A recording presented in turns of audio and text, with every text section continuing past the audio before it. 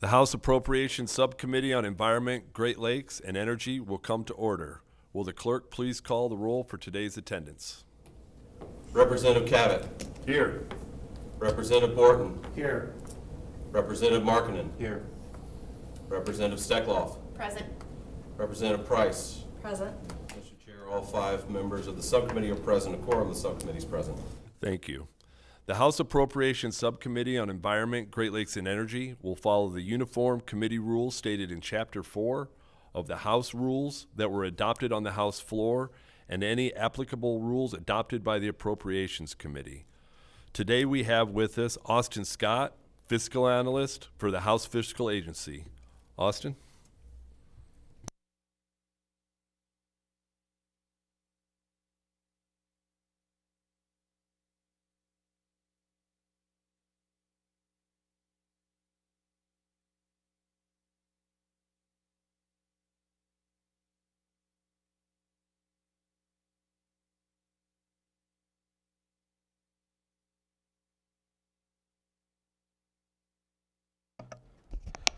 Thank you. Good afternoon, everyone. My name is Austin Scott. I'm a fiscal analyst with the House Fiscal Agency. I'm going to discuss the current year budget, 2024-25, for the Department of Environment, Great Lakes, and Energy. But before I begin, I know each of the subcommittee members is serving on more than one subcommittee, so you have multiple assignments this session and are working on multiple budgets. And I want to review who we are and what our role is. The House Fiscal Agency is a nonpartisan agency within the House that works with both the majority and minority caucuses, regardless of party affiliation, to help inform and hopefully put together a House version of annual budgets for the departments in the executive branch and the other branches of government as well, in fact. I've been here at the House Fiscal Agency. This is year number 11 for me. I've worked with the Eagle budget for all 11 of those years, and also work with the Department of Natural Resources budget, which I've worked with since 2014 as well. So if you have any interest in learning more about the Eagle budget or DNR budget, I can certainly help you with that for any member on the subcommittee, and that goes for any member of the House, again, regardless of party affiliation or caucus affiliation. We are available to help all elected members in the House. I'm going to begin this morning by talking about the budget for the Department of Environment, Great Lakes, and Energy, as I mentioned, talking about the current year. We're going to go through some of the things that they are doing functionally and the money that's been appropriated in the current year for those purposes. So we'll dive in here. Again, as I recognize that each of you are on the House Appropriations Committee and you have multiple subcommittee assignments, so you're working with a similar format and similar information from multiple departments. So I want to recognize that and try to use the same language that you'll be hearing in other subcommittee meetings about current year budgets. What you see on the screen here is an overview of where the department, Eagle, stands for their funding right now. They've been working under this funding since the first day of October last fall, and this is their budget until the end of the fiscal year, which concludes the final day of September coming up later this year. What you'll notice on the slide that I have here is a couple of things. One, there's a significant portion of federal revenue that's supporting the Eagle budget. And two, there's also a significant portion of state restricted revenue, which I'll dig into a bit more in subsequent slides. But at the outset, this is sort of a table of contents for their funding for the current year. And the next slide here gives you a graphic representation of how those pieces fit together. Most federal funding in the Eagle budget comes from the Environmental Protection Agency. Eagle, like other departments in the state, can receive funding from other federal departments, but in the case of Eagle, the bulk of that funding is coming from the Environmental Protection Agency. Another note I'll make at this slide, you'll see there's a significant portion, nearly a third is coming from restricted revenue. Nearly a third of the department's funding is coming from restricted revenue. There are 51 restricted funds that are in the Eagle budget for the year we are in right now. There are more than that in statute. So restricted funding is not only significant in terms of the portion of the Eagle budget that it comprises, but it's also significant in terms of the number of restricted funds that support Eagle, and we'll dig into a few of those here in a moment. But generally speaking, big overview, federal and restricted funding is making up 3/4 of Eagle's funding in the current year. Looking at Eagle as a piece of the entire state's budget, you'll see on the slide there an idea of where funding for Eagle stands compared to the other departments, the other pieces of that puzzle statewide. The Department of Health and Human Services, you'll see there in blue on the left, makes up the largest portion compared to other departments. But for our purposes today, of course, we're focusing on Eagle, which is roughly 1% of the state's budget. It's a little over $1 billion, so a little more than 1% of the nearly $82 billion budget for the state. But this is where Eagle fits in the larger picture, and a similar story is told in terms of general fund. We'll talk about general fund support in the Eagle budget today as well. Again, as you saw on the previous slide for gross funding, Eagle is at roughly 1% of the general fund for the state, which is just over $15 billion. And again, Health and Human Services makes up the largest piece of that story with general fund. But it's a similar story both in gross funding and general fund in terms of where Eagle stands in relation to the rest of state funding. Looking at Eagle specifically, exclusively on this slide, you get an idea of where Eagle funding has been for the last decade and a half. You'll see it was relatively consistent about 15 years ago. And I note there on the slide, beginning in 2011, DNR and Eagle were combined for that fiscal year. That's why there's no data reported. There was funding for what was then DNRE, Natural Resources and Environment, for that one fiscal year. Those departments were then split into DEQ and DNR beginning with this next year, 2012, and the DEQ became Eagle in 2019. But I want to highlight the significant change in 2022. You see there a significant portion of federal funding that was included in the department's budget for that year that had not been included, at least not at that proportion, in previous years. The greatest change beginning in that year, 22, is federal funding. That's the top portion of the bar graph in gray. You'll see there are some changes in other types of funding as well. Specifically, general fund went up as compared to preceding years, but the headline for the change in funding in Eagle has come from primarily from federal funding. A little less federal funding going forward after 22, but still a significant portion higher than had been received prior to 22, and I'll touch on what some of those specific federal programs have been. This slide here gives an idea of how their department is broken down in terms of their operations, certainly how their budget is broken down in terms of their funding, and also how the budget bill itself is organized. So this will provide an organization scheme for my subsequent slides looking at the department's overall funding. This scheme also loosely follows the divisions that comprise the department. So, for example, there's a remediation and redevelopment division. There's a drinking water environmental health division. There's an air quality division, water resources. So this isn't the entire department's organization, but again, it roughly follows that divisional structure. So when we hear from departmental personnel, when you speak to departmental personnel, they will often work in one of these divisions or perhaps one of the department's offices as well. Looking at those different divisions or that different organization scheme, I'm giving you a snapshot here of where they fit in terms of the department's overall funding at a gross level here on the slide in front of you for gross appropriations. I want to note that drinking water and environmental health is a significant portion of funding. Much of that comes in federal funds, which I'll touch on here in a moment, and much of that is for large-scale water infrastructure projects, which again I'll mention as well in a moment. But big picture, the drinking water division and the remediation redevelopment division, which is doing much of the department's cleanup work or is responsible for those contaminated sites, those two areas in this organization scheme are making up the majority of the department's funding. There's a little different story told with respect to general fund for the current year. There's a significant portion of general fund in the one-time section of Eagle's budget for the current year, which I'll dig into a bit more specifically in a moment. But again, generally speaking, nearly $110 million in general fund, and that's just for one-time projects in the current year. The other large source for general fund in Eagle's current budget is that drinking water environmental health area of the budget that you saw was a significant portion of the department's gross funding as well. Now, digging into some of that federal funding that I referenced earlier, I mentioned I would touch on that a bit more specifically.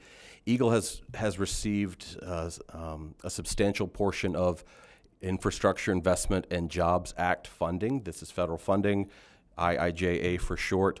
Much of it, as you see on the slide there, is for what's called water state revolving funds.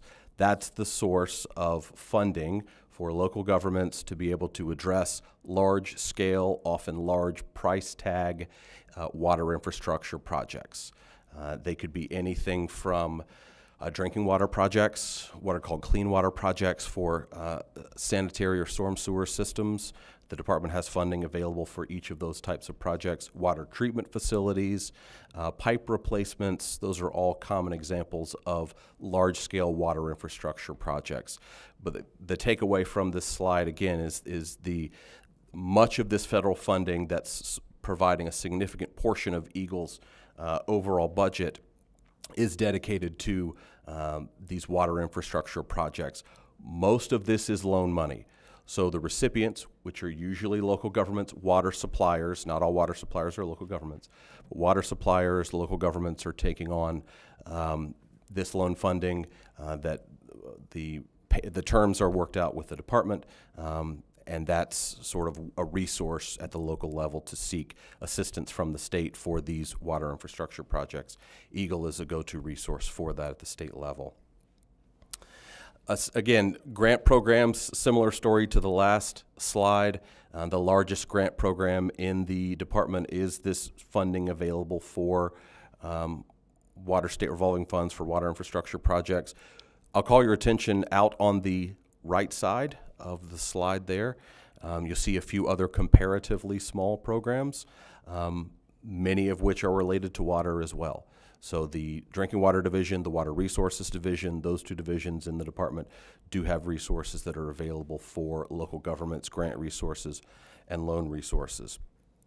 I'm going to shift gears here into restricted funds. I alluded to earlier there are more than 50 of those in the Eagle budget, and I mentioned I would touch on some of those more specifically, more in depth. I want to call your attention to 4 of them that I have highlighted there on the slide. These 4 are the biggest in terms of the dollar amount that they're appearing, at which they are appearing in Eagle's budget.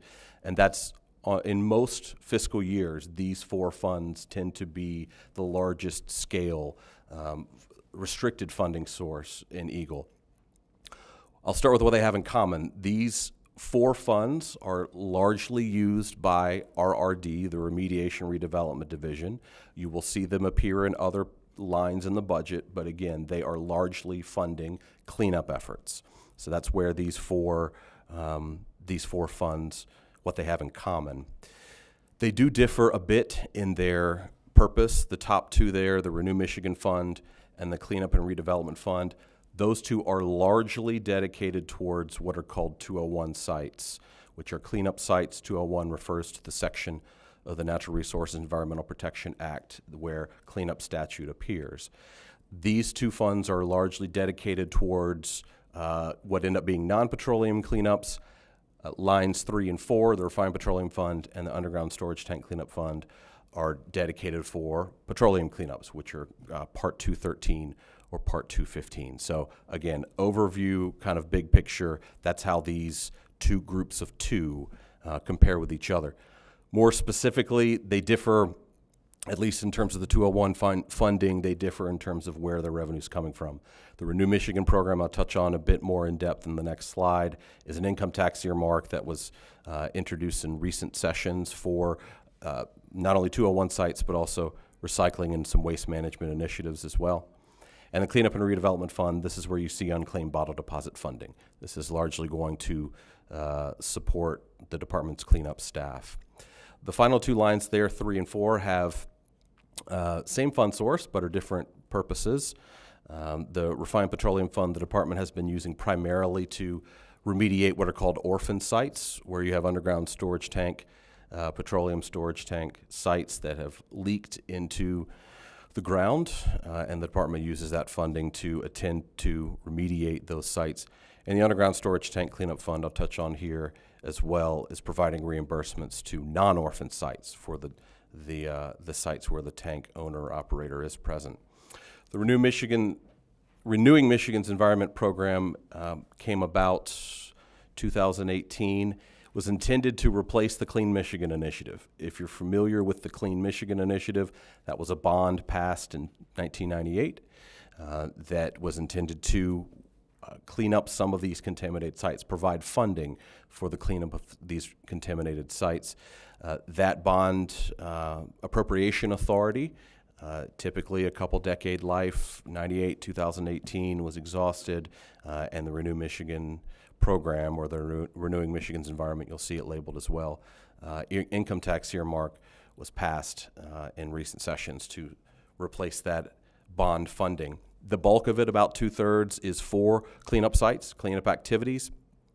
You'll notice there's a significant portion for recycling and for solid waste management as well, initiatives that are certainly related to each other, functionally speaking. So this is one of those four big funds that's been going on, meaning alive and in use in statute over a little more than a half decade now. The Refined Petroleum Fund is supporting those 213 sites for orphaned underground tanks. That portion of funding has been somewhat significant. There are a couple of instances you'll see some peaks on the graph there where RPF funding has increased, where the department's spending down fund balance that's accumulated in a restricted fund. But generally speaking, Refined Petroleum Fund funding or support has been somewhat consistent. Cleanup and Redevelopment Fund, you'll see an increase here due to an increased number of unclaimed bottle deposits that the state realized or assumed possession of in the wake of 2020, 21, 22, where a significant increase in unclaimed bottle deposits was seen, and that appeared in Eagle's budget as well, being able to appropriate that additional funding as those unclaimed bottle deposits increased in the wake of 2020, 21.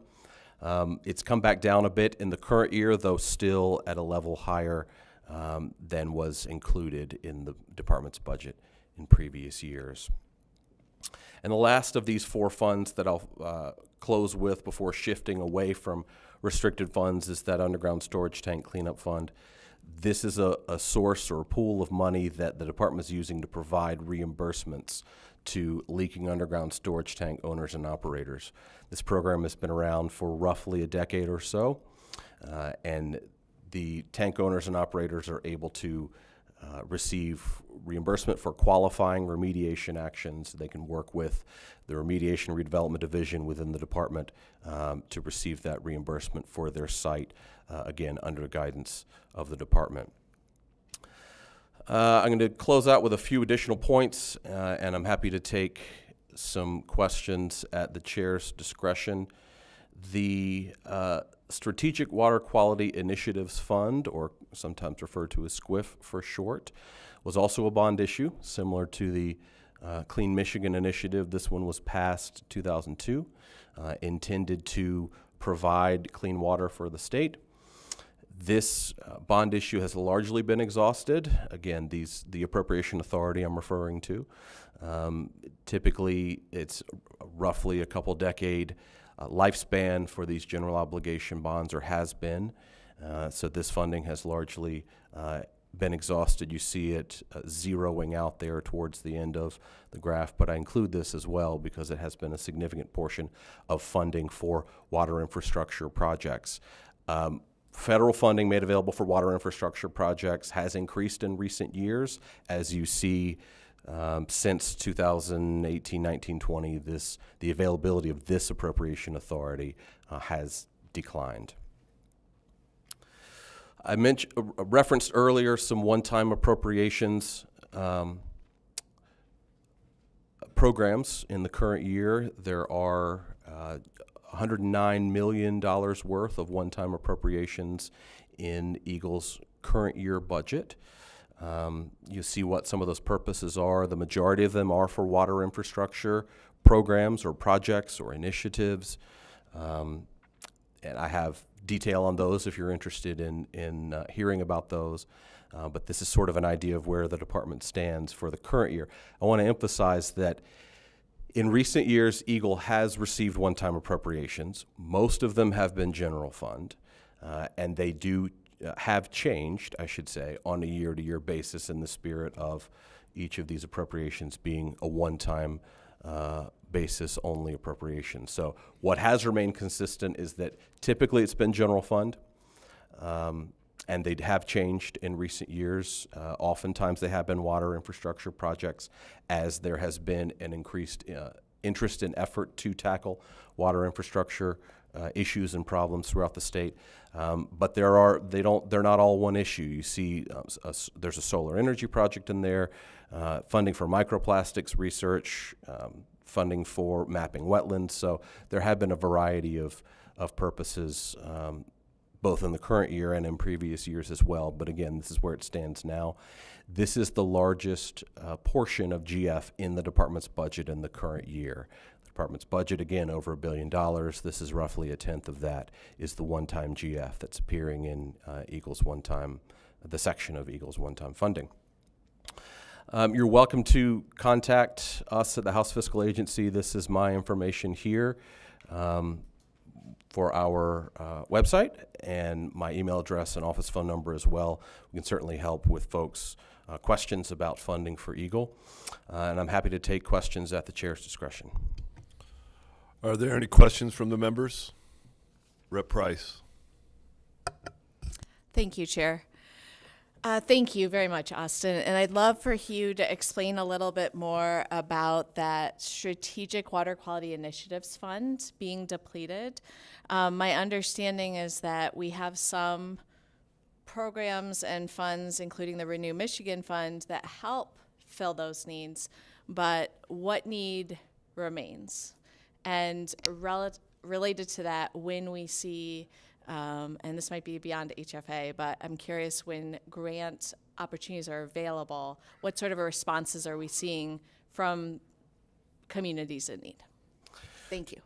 Sure. The 2002 on the ballot that year was what's called the Great Lakes Water Quality Bond. It was $1 billion approved by voters in November of that year to provide funding for water infrastructure projects as a general sort of characterization of that funding. That $1 billion bonds, of course, are managed by the sale of bonds, are managed by our Department of Treasury in the state. And Eagle uses appropriation authority to provide, or has used appropriation authority to provide assistance for water infrastructure projects for those that are requesting that assistance, which typically have been local governments or water suppliers, which sometimes are one and the same, water authorities to provide some of those that funding that is needed to replace these projects. A note on the projects: they typically tend to have large price tags. They're also multi-year projects, so the department is able to work with the recipients of this funding over a period of years so that they hit certain agreed to marks and milestones throughout the life of the project. This appropriation authority also lasted multiple years, so it has been in the department's budget, has appeared in the department's budget for a number of years. There were some changes midway through the life of the appropriation authority in question to allow more local governments to access it, which was successful in terms of it getting used, this SQIF funding being used at a higher rate than it had been previously to allow more flexibility. As that funding or appropriation authority, I should say, as it is exhausted, which is the case when time moves on, that these types of general obligation bonds, their appropriation authority is exhausted. The need has continued on where local governments and water suppliers, water providers are still experiencing a need. Beginning in 2021, really 22, fiscal year 22, the department has had significant federal funding available for the same purpose, water infrastructure funding. It's up to a local government to accept the terms of loan repayment. Certainly, the department works with them on. There has been federal funding available for principal forgiveness, beginning in 2022, there was some of that assistance available, a significant portion of federal funding. Much of that federal funding was issued, or I should say appropriated, on a one-time basis in 2022. So the need has been relatively consistent. The bond funding has been depleted. The federal funding has not been the same every year, though it has been significant since 2022. So this isn't a direct answer to the representative's question, unfortunately, but these are all factors at play when local governments are looking at what their options are, what resources are available, and there have been more resources than prior to 22, but those resources have not been exactly the same every year. Any other questions? There being no further meeting before this committee, the meeting is adjourned.